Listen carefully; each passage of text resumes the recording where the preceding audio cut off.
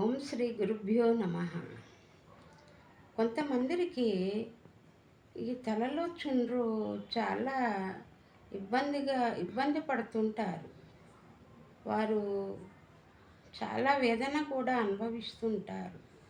వారు ఏం చేయాలి అంటే, ఒక 100 గ్రాముల కొబ్బరి నూనెలో ఒక 5-6 నిమ్మకాయలు బాగా పిండేసి మరిగించుకొని, జాగ్రత్తగా చిన్న మంట మీద మరిగించుకొని ఒక సీసాలో నిల్వ ఉంచుకోవాలి. మరిగించడం అంటే మీరు పొయ్యి దగ్గరే ఉండి ఆ యొక్క బుడగలన్నీ పోయే వరకు చిన్న మంట మీద అక్కడే ఉండి మరిగించుకోవాలి.